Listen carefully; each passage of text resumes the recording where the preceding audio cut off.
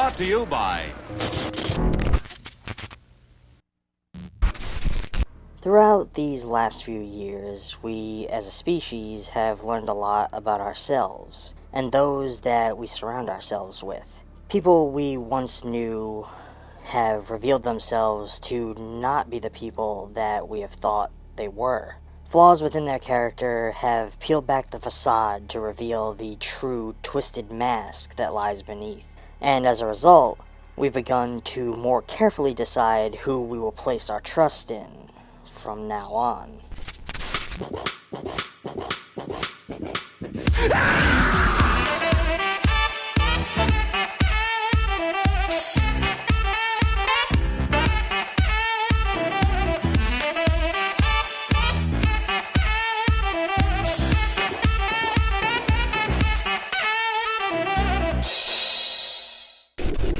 Who can you trust during a global pandemic?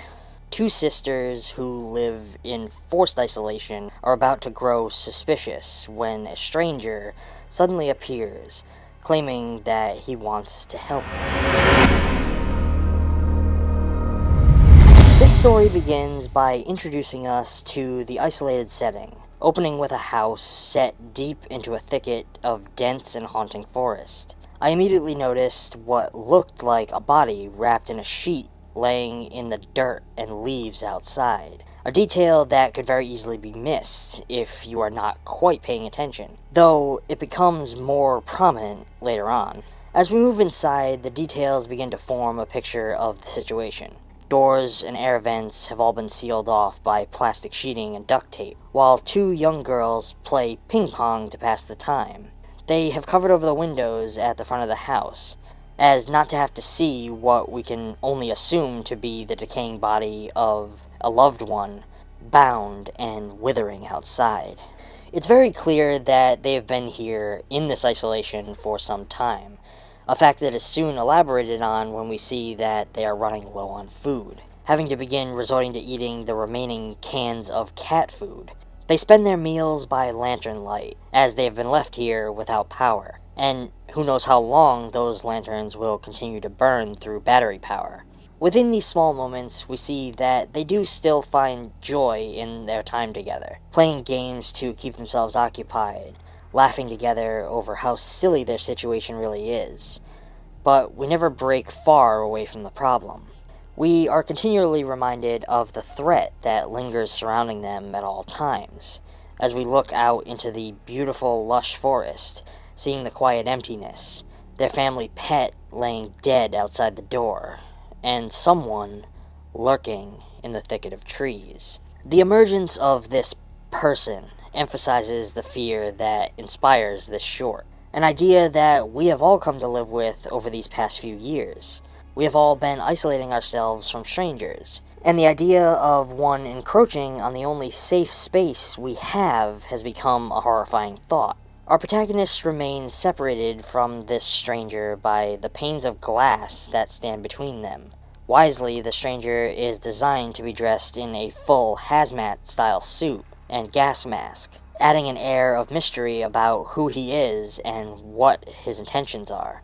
We are not able to judge his sincerity by anything more than the tone in his voice and the inflection in his words. He speaks with a slow cadence to the girls, as one would to any frightened child. As the conversation goes on and he begins to insist on helping them leave this place, taking them one by one to a shelter where they will be safe, the tone of the conversation begins to shift toward their skepticism and mistrust, and his insistence begins to feel more like a sinister stranger danger vibe. After the first interaction with the stranger, the score begins to take on synth elements that grow throughout the remainder of the film.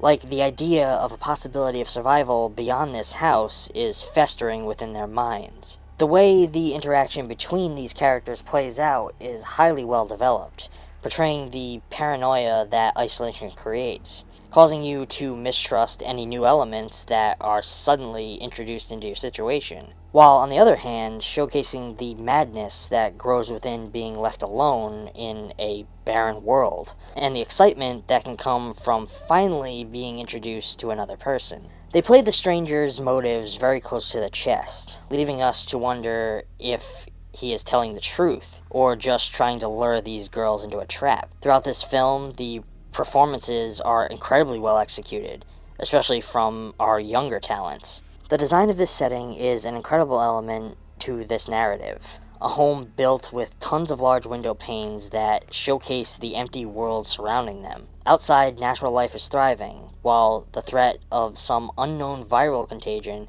is keeping our characters imprisoned here. The way this tension rises as the stranger enters the house and elevates as he removes his mask is brilliant, as we glimpse that he is just a man, likely just as terrified as they are about confronting someone new in the world. However, the girl's plan and survival instincts will ultimately prevent them from ever discovering his real motives. The visual presentation of this film is beautifully atmospheric, utilizing long static takes, wide frames, and slow creeping zooms to emphasize the isolation of our characters within the frame, as well as the world of the film. Its dull and muted color palette elevates the idea that the world has been drained of life, and that our characters are drained of hope. The film's score in these early moments lingers with a blend of ominous yet haunting tones and emotional piano arrangements. As the story progresses, synth elements begin to creep in, following the introduction of the idea that there could be a safe haven for them somewhere nearby. These elements almost begin to increase as the idea grows within their heads like a festering mass. In the end, as they come upon the stranger's horse, they realize the consequences of their actions, and the mistake that they have ultimately made in an effort to ensure their survival. And it leaves us wondering what may have come of them if they had just taken a chance and put their faith in another person. The aim here was apparently to explore the idea of love in the face of hopelessness, which is described by the filmmakers as they ask us to picture the scene. The world is gripped by a global pandemic. Females are isolated in their homes, and distrust in others is at an all-time high. While inspired by the global situation that we have been facing, this was only the seed of the idea that grew into a narrative that aimed to explore the themes at the heart of what we have all been experiencing. To me, this is a short that explores the idea of trust and how, despite our situation, we cannot give up on trusting others, despite the fact that there are dangers lurking out there in the dark corners of the world. Ultimately, the only way that we are going to have a chance of surviving the darkness is together.